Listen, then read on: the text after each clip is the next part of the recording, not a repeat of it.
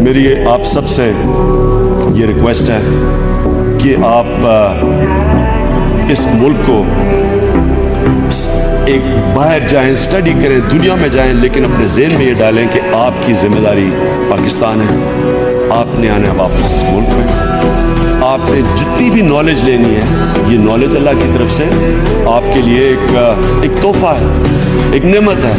اس سے آپ نے معاشرے کے لیے کیا کرنا ہے، اور اپنے آپ کو سب آپ لیڈر سمجھیں، کیونکہ لیڈر وہ ہوتا ہے جو مخلص ہوتا ہے. لیڈر ہوتا ہے جو یونائٹ کرتا ہے، ڈیوائڈ نہیں کرتا. لیڈر ہوتا ہے جو لیڈ کرتا ہے. لیڈر ہوتا ہے جو کہ بڑی خواب دکھاتا ہے لوگوں کو، اور پھر خود لیڈ بائی ایگزامپل کرتا ہے ساروں کو. اور لیڈر وہ ہوتا ہے جو سچا ہوتا ہے. کبھی جھوٹا آدمی لیڈر نہیں بن سکتا، سچا ہوتا ہے.